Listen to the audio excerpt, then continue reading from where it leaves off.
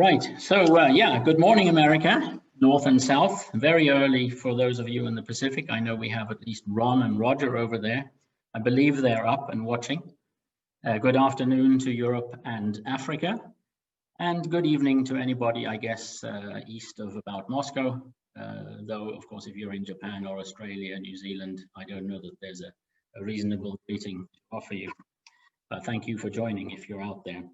So it's my pleasure again this year to talk a bit about what the busy folks at Dyalog have been doing for the last year and what we think we're going to be doing in the near future, and introduce some of the talks from the guys who actually know what's happening, tell you more about the details. As Gita says, it's bittersweet. I'm not sure whether to be sad that I cannot see you, or be happy that this is probably the largest APL event in the last quarter century. Anyway, as usual, I have too many slides, and there probably won't be time for questions. Fortunately, we have the open session about an hour at the end of the day where I'll certainly be around. So I'll ask you to save your questions up.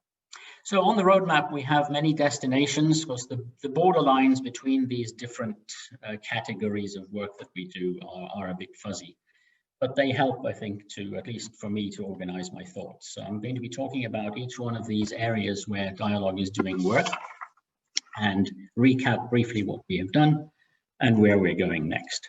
So the first destination, the language engine, version 18, which came out this summer, had a lot of interesting new primitive functions and operators, not just interesting, useful. These are sort of things we've been cherry picking, many of them from other array languages, in particular J and TryAPL. So old and new array language ideas that we think are really worth having in Dyalog APL. Not always exactly as they were in those languages, often adapted to the APL2 style, or to things that we have learned in the past. Version 18 was also a lot faster. We published this blue wave showing how many of the expressions that we benchmark have speeded up. As you can see, there's a lot of blue than red in version 18, and that's a good thing, though there's a sting in the tail of that one we'll get to in a second. If you're interested in the language features, I highly recommend that you go over to Dyalog'20. There's an introduction to version 18 by myself, and then no less than 5 webinars by Adam, where he probably spends 3 or 4 hours going into the details of all the new language features in version 18. Now, there was also, as I said, a sting in the tail, because what we found out was that some of the performance work behind this blue tsunami was insufficiently reviewed and tested. So after the release of version 18, unfortunately, users and our own continued testing found bugs in special cases, special enough not to be caught by our tests, but common enough to be dangerous in applications.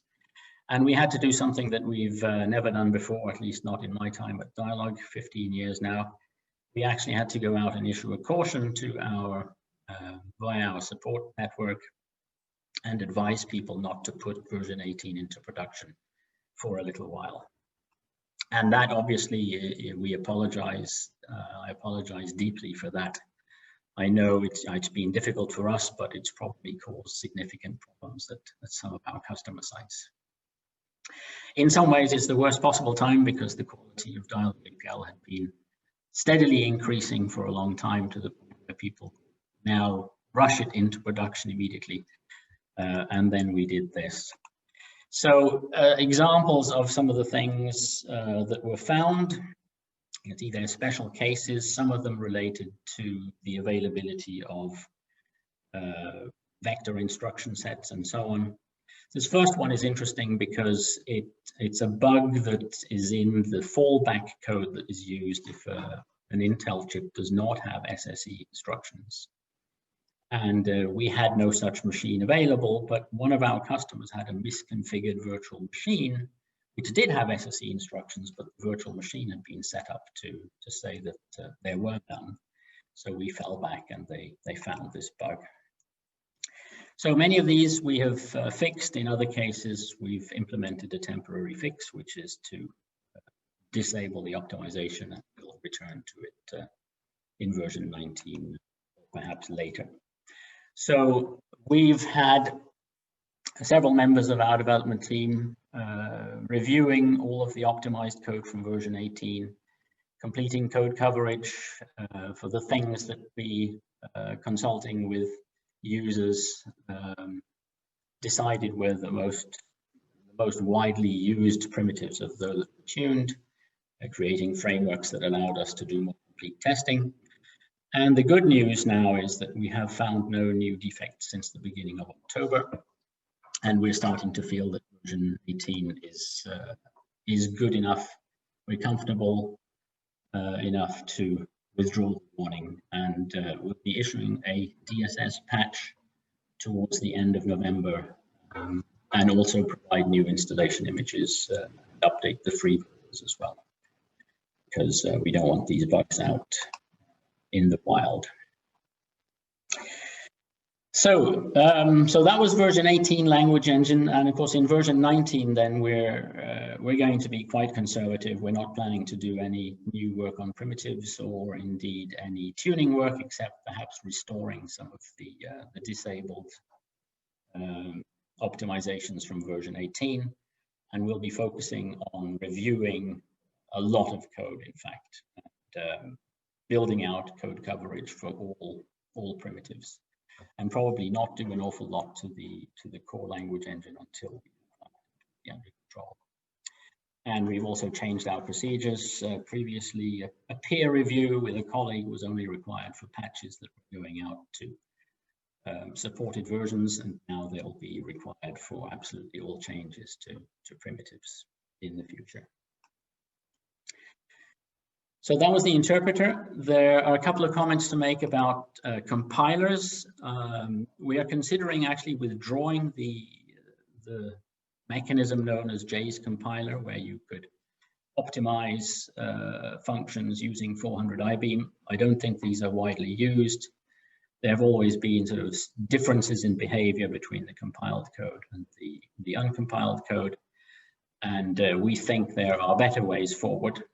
Contact us if you think this is going to be a problem, but we think a real compiler which can produce much higher optimizations is probably the way we should work with compilers in the future.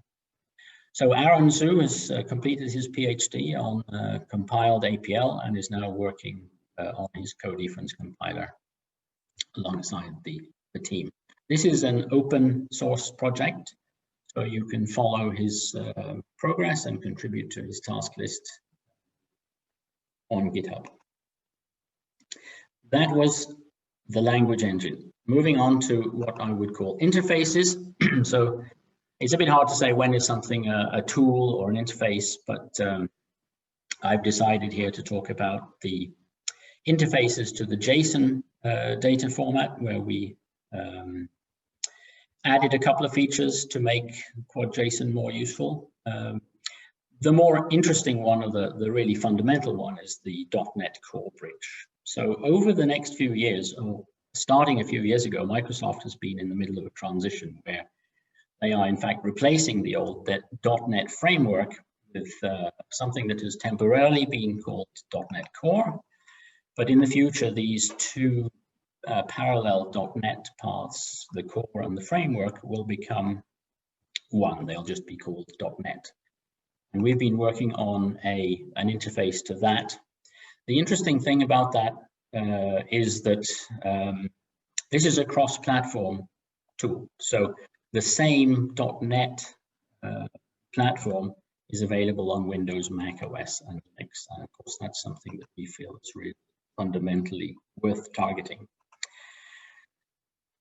Why would you want interface to that? Well, the .NET framework is full of really useful libraries. For example, if you want to do file compression, that's one of the things that it does. You can easily find the documentation online.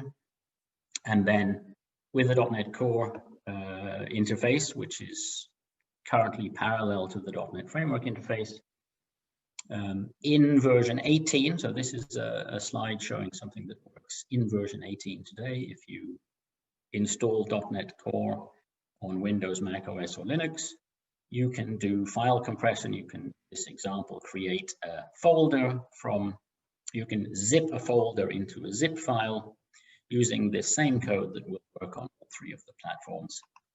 Another thing that I have seen several applications start using in the last year is the cryptography libraries.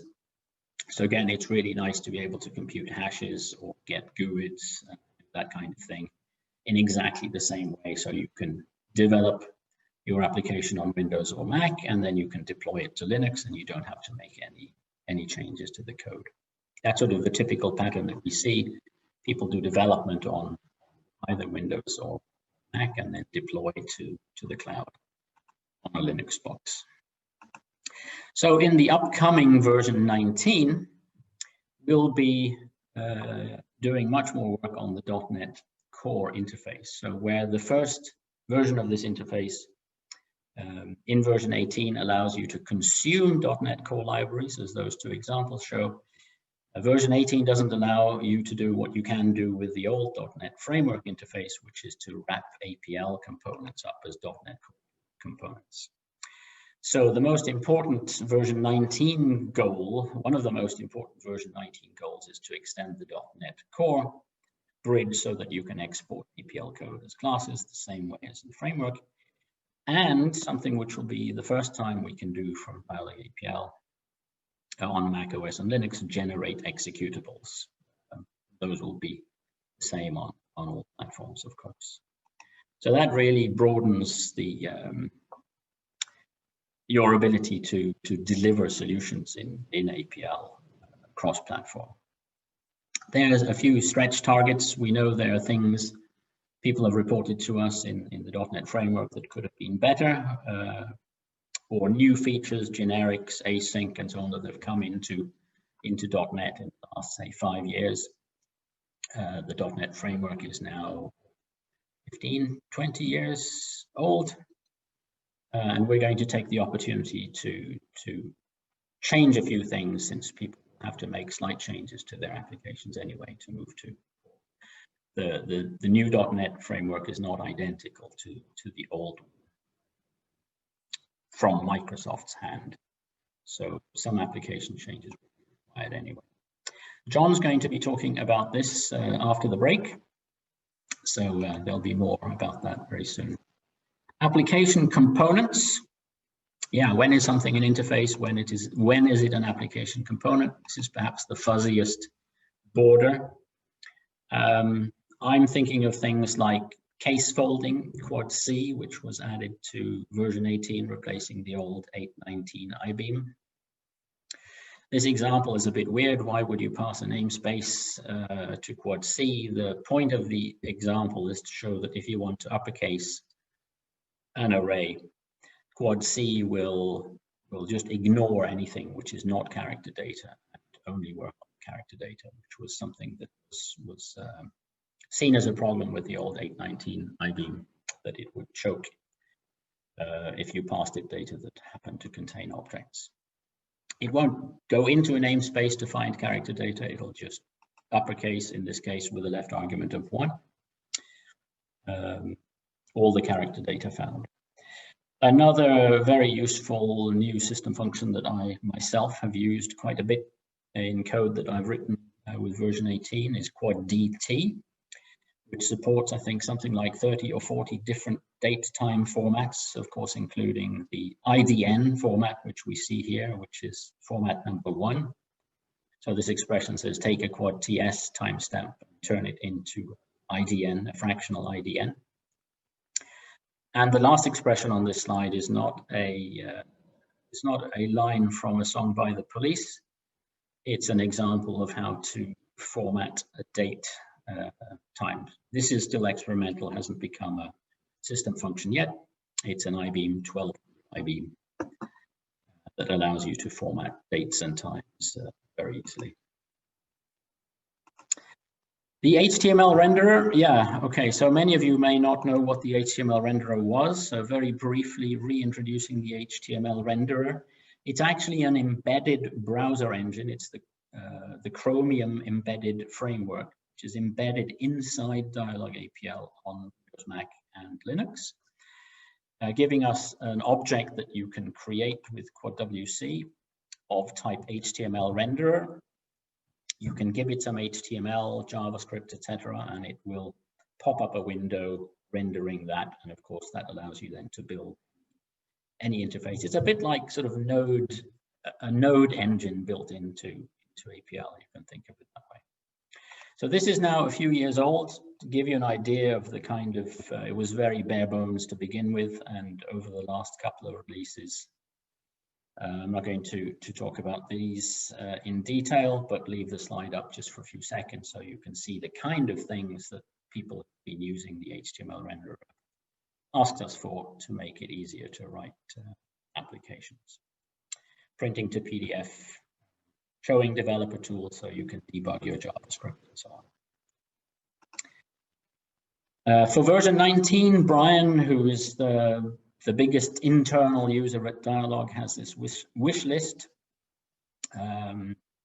He'd like to be able to use file resources that are local without having to simulate an HTTP transaction to the APL code that's pretending to be an HTTP server for the application, and a few other things. If you're a user of the HTML renderer, this is a good time to get in touch with us and nominate additional features. Okay, other application components that we're considering for version 19. So non-linear random distributions. We have a number of people working on new applications in APL who need to generate lots of random numbers. And although, of course, you can write APL code to generate them, there are some random non-linear distributions that are difficult to generate accurately and efficiently using APL code. And Ron Murray, a new addition to the Dyalog team, is going to be talking about that a bit later today. Another component that's been added to that already exists as a GitHub, an open source application that you can use today, that we are really investing in, that we see as sort of a cornerstone of future application development in APL, is something called Jarvis. So essentially, Jarvis is a tool which, if you have an APL function, I'll demonstrate it actually in my Docker presentation tomorrow. Show just how easily Jarvis makes APL functions available as web services. You can either take a pragmatic route with HTTP JSON messages, or if you're into the design of RESTful applications, Jarvis also supports that. It can replace MyServer if all you were using MyServer for was serving static HTTP as part of an APL application. One thing it doesn't do yet is have an integrated WebSocket publish subscribe mechanism. That's not very difficult to do in APL, but it's yourself. But it's a little bit finicky, and we think Jarvis should be able to do this. And in fact, just about every new project I've looked at recently, about half a dozen different projects, both internal at Dyalog and external client projects, have elected to use Jarvis as part of their infrastructure. And so one of the things we got a little bit tired of coming up with acronyms at Dyalog, SALT and stuff like that. And so we decided we were going to start naming things differently. And Brian came up with the name Jarvis. And then only later did he tell me that, in fact, you could also look at it like this: the JSON and REST service. But more about Jarvis tomorrow in the Docker presentation. Conga servers. So Conga is our TCP framework. It can also do UDP. I don't think there are many people using that yet. It's still quite experimental, but just about everybody uses Conga for TCP in recent applications. And so we're preparing, one of the things we want to do with version 19 is to prepare a set of template projects on GitHub that will show things like, how to run an APL application as a service or daemon, how to deploy an application securely using off-the-shelf load balancing solutions and so on. And we thought that a good thing to do in conjunction with that would be to publish performance benchmarks for core components, like starting with Conga at the lowest level, working up to Jarvis and so on, and give you information about just how many transactions per second you should be able to expect if you use them as an alternative to going with more mainstream technology. The good news really is that when Björn set about benchmarking Conga, he discovered a few, I've called them opportunities here for speedups. And as a result, Conga, particularly on Windows, is really significantly faster. On Linux, it was much faster already, but we're now able to get pretty good transaction counts for this technology.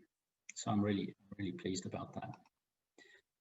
And one little component, actually this was on the Dyalog forums yesterday, I think. Woodley asked for this, Woodley Butler. I've been trying to talk Richard into it for a couple of years without succeeding in convincing him that this really should be part of Quad JSON. So please help me poke Richard and explain that this is really something that we do need, assuming you agree with me, of course. So what this does is it takes a table and using the names of the columns generates JSON that represents this as a list of objects. So for example, the name of the first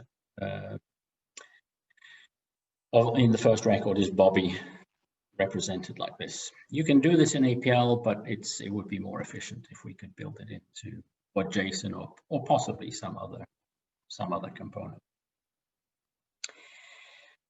One of the things that's really encouraging to see is we're trying to put application components out on GitHub ourselves. What's really good to see is when third parties start building components that they make available to other people. Okay, the last one here, QWC, is proprietary, it's not open source. But I think it looks like something that could become really useful for many people. So the first project is one that we were involved in. You may remember a presentation at Dyalog 19, where Nathan showed a tool, APL to Excel, that can generate Excel spreadsheets without having Excel or any other tools installed. You just need something that will do compression. You could use the .NET. So that's something that would allow you to write servers running on Linux or Mac, for example, that could generate Excel spreadsheets without having Excel installed. QWC is a tool that allows you to take QWC applications and move them to the web or to Mac OS or Linux using the HTML renderer. So it's a path forward to make it easy to move your old applications, or maybe to move developers onto new platforms where they can continue to use the skills that they have. Chris and Michael Hughes will be talking about the HTML renderer, sorry, the QWC tomorrow.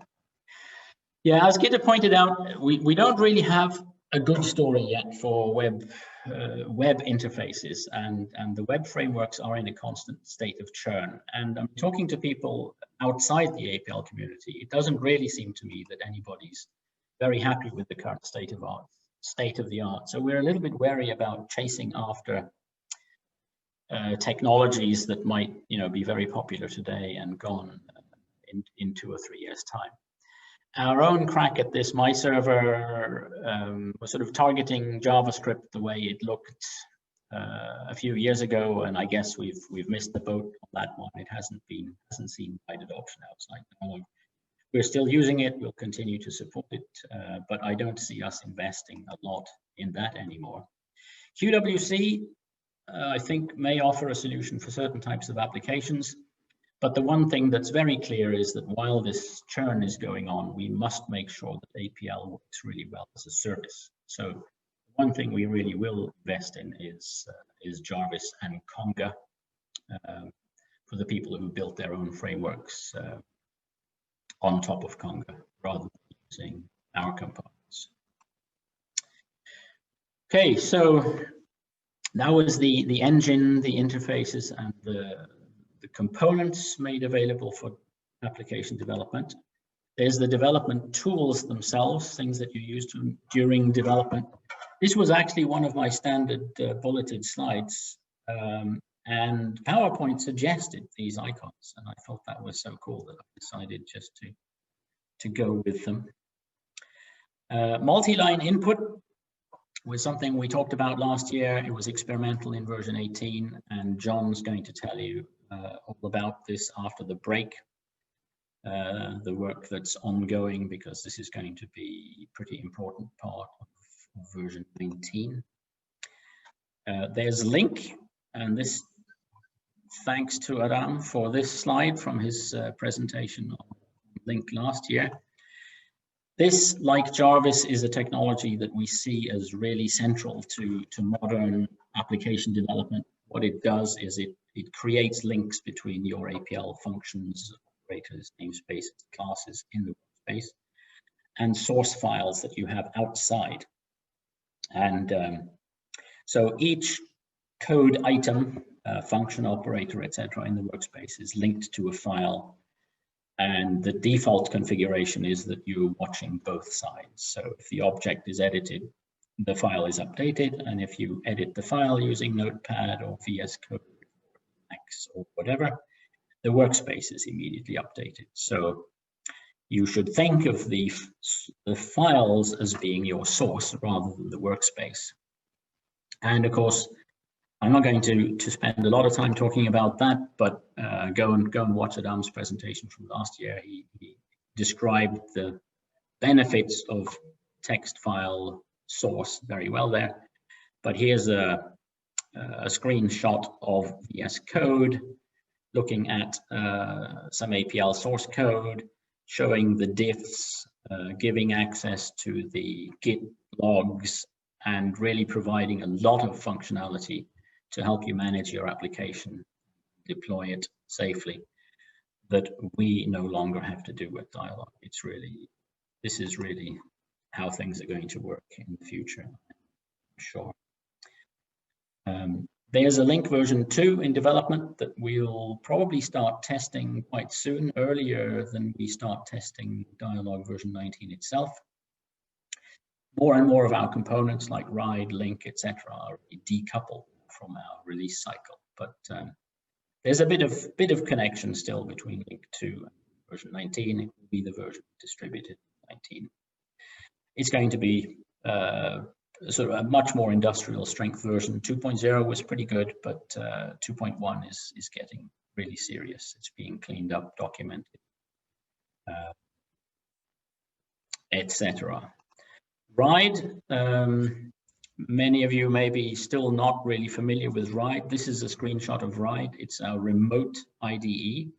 So it's a node application that connects to the APL session using a socket. And it gives you a look and feel somewhat similar to our Windows IDE. It started, again, very rudimentary. It's catching up. And so, for example, one of the things we did recently, because we're using, I think it's the Monaco editor, which is the same one which is in VS Code. It was easy, well, relatively easy, thank you, Gilgamesh, to enable the same kind of themes that you have, syntax coloring, etc.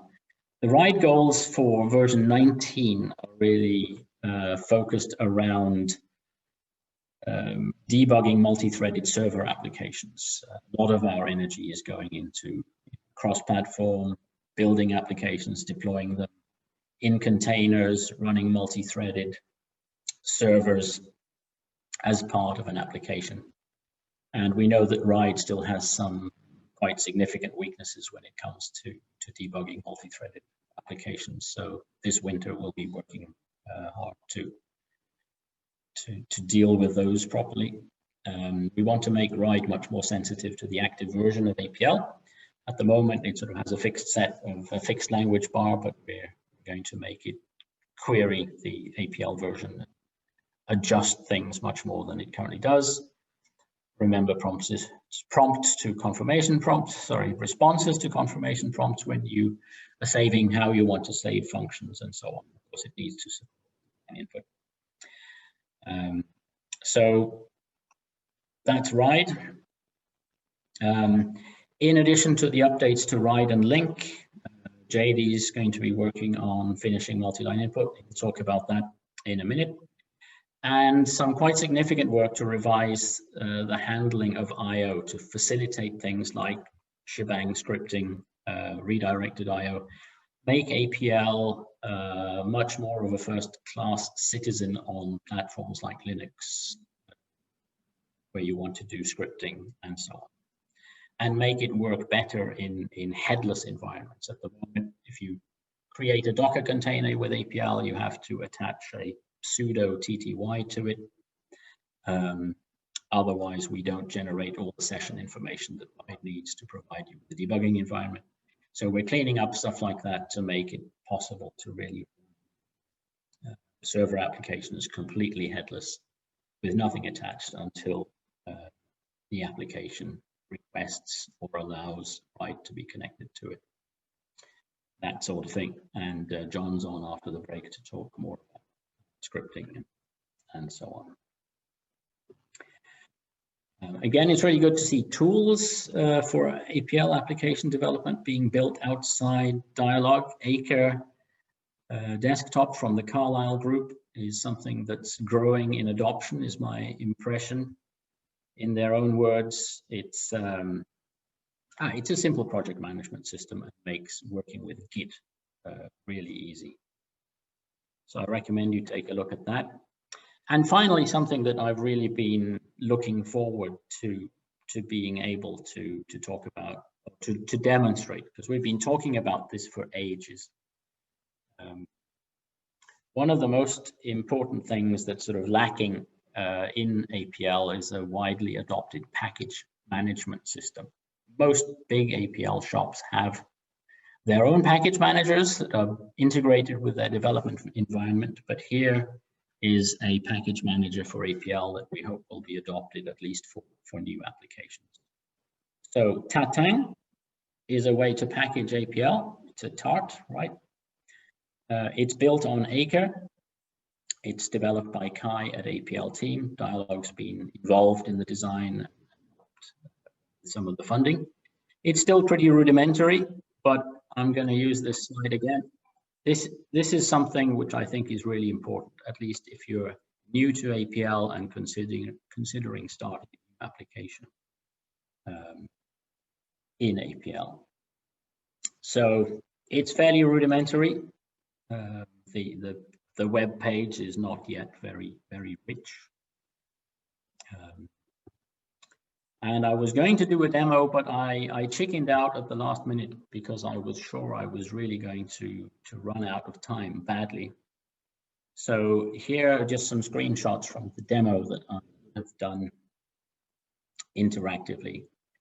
So the way you install Tatang is that you download a user at the moment, hopefully in the next, maybe in version 19 or certainly in version 20, I would expect it's going to be shipped with Dyalog APL, so it will be there out of the box. At the moment, you have to download a zip file and unzip it to your myucmd's myuser commands folder. And once you've done that, you can start using these Tatang user commands. You can list packages. The Tatang in brackets means you're referring to the main repository, tatang.dev, so it goes out queries on the web and lists the packages. At the moment, there are only Kai's old APL tree utilities mostly. He's had on the APL wiki for some time. But we're hoping to see, we're certainly at Dyalog going to contribute to this and hope to see many of you contribute packages to the package manager so we can start sharing code. So here is my application.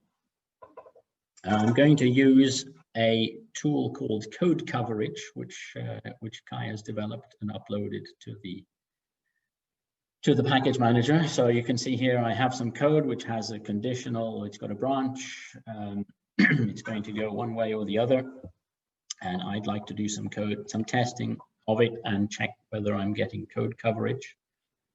So I say load package from the main Tatung server, from the APL team group, the code coverage module, and the # or pound.mypkgs is the namespace where I want it to be loaded into my workspace. If code coverage had dependencies on any other packages, they would also have been loaded automatically. So it's a package and dependency management system. I then make a new instance of the code coverage class. I set an output file name. I start the code coverage recording.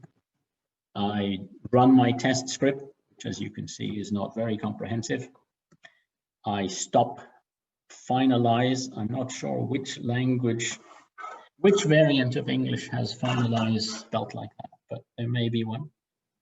And then I process the data and create a report. This is maybe not my favorite naming convention, but at least it's clear what's happening here.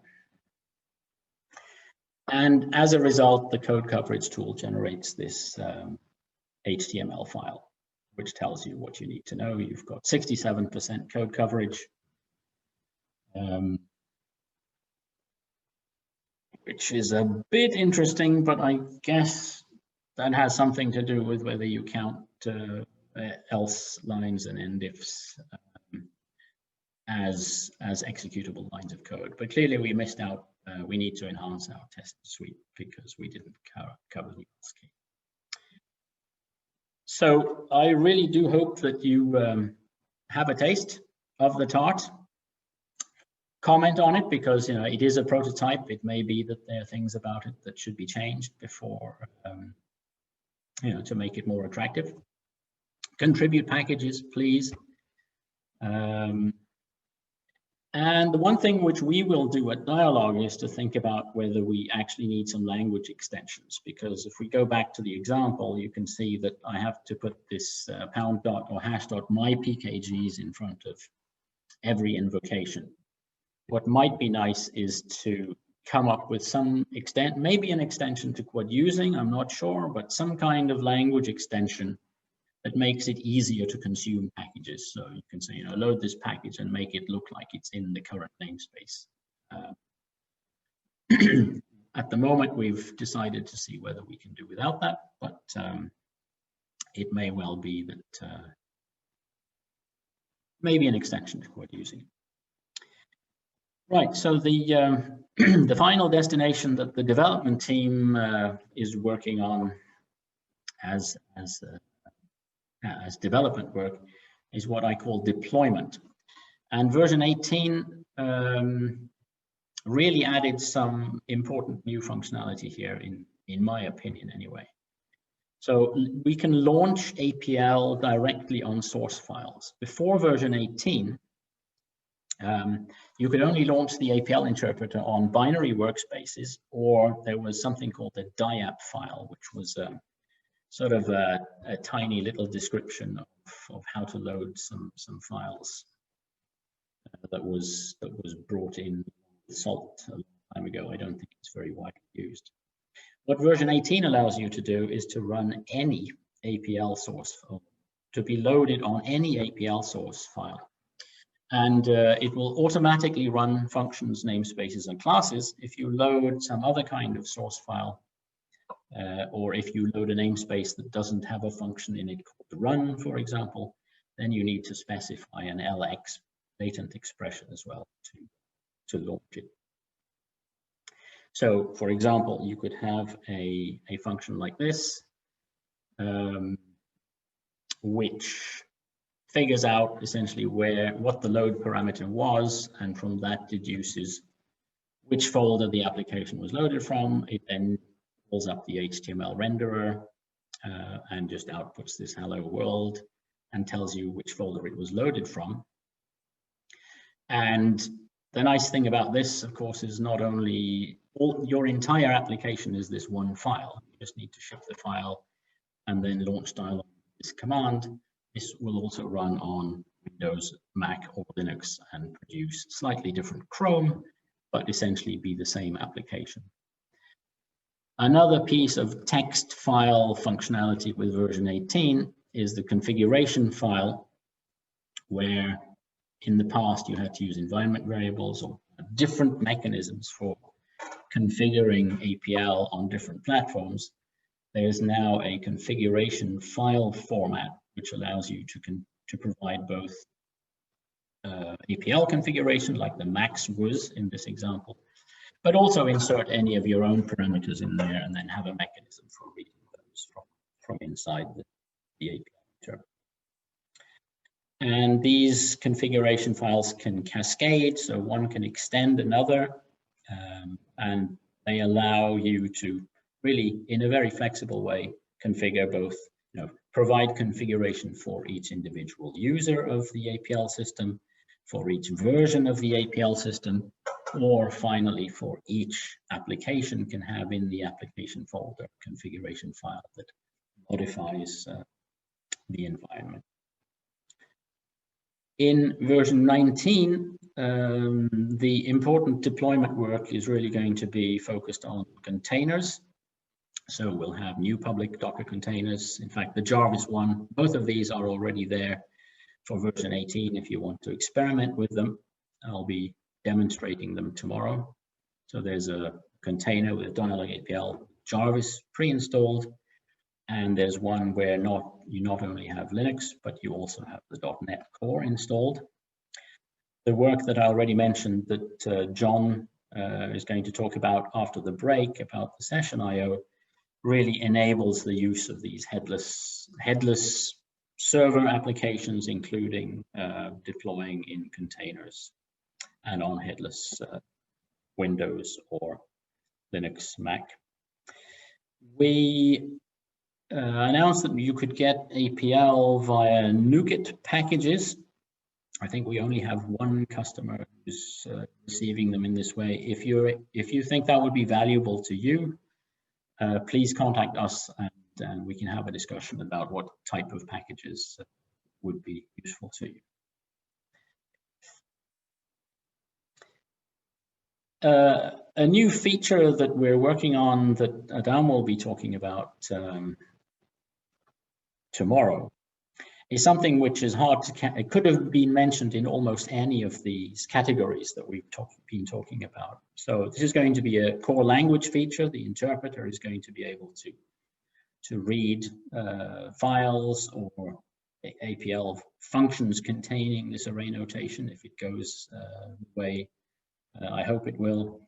It makes it easier to use source code management systems because you can have your APL data in files where a small change would be, say, a line change in a text file, so your diffing system will pick it up. It'll make it easier to configure and deploy systems. We've actually been working on this. I think the first major presentation was in Sicily. Phil Last has been contributing to this. What we're hoping now after Adam's presentation tomorrow is that we can plan a final round of community review, and assuming acceptance from people, from you all, think about committing this to C code rather than having it as APL models. And sort of back where we started. So we've started the presentation. We've been steadily increasing our testing with each release. The version 18 experience has shown how important this is, despite the fact that the testing failed. But we are, determined more than ever to continue building out our tests. Full code coverage of primitive functions and operators.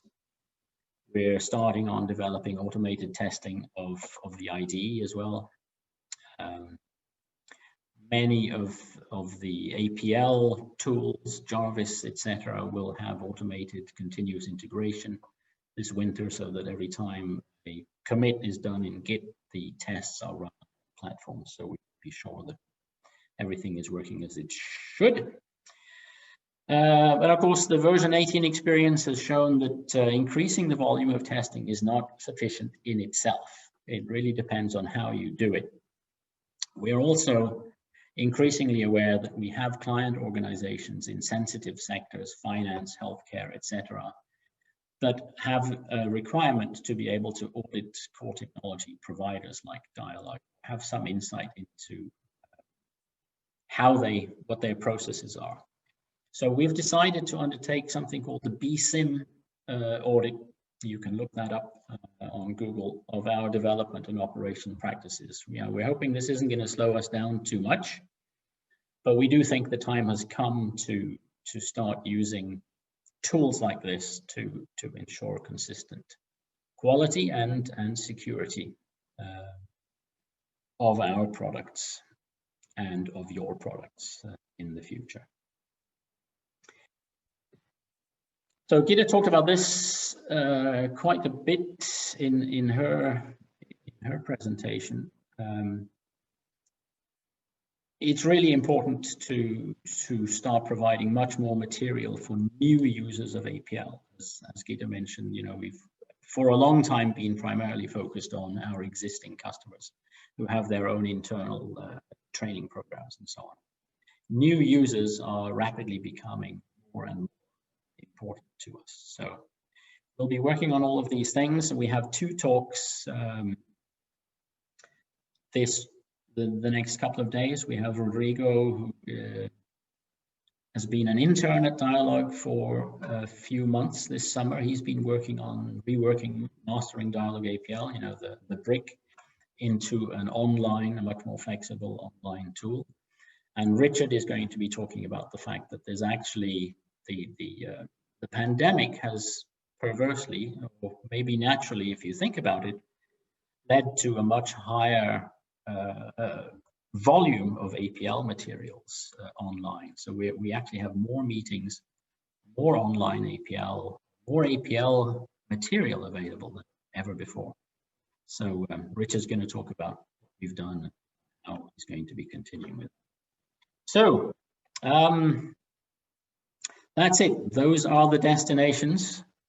I see there have been some, is there one question? Oh, there's a suggestion, open or a quad import. Yes, that is one of the things. There's a suggestion that we implement maybe something called quad import. I guess that would be a bit like Python, the way Python does it. And that is one of the things that we are imagining, yes. So I will stop sharing, I think. And Richard will tell me what to do next. Well, I think we're going into a break now. So thank you, Morten. There is no time for questions. We've been answering questions on the chat, and I've got a few things that I need to discuss with you and we'll address later on. Okay, and there is the open session at the end of the day. Yes. Okay, so thank you very much.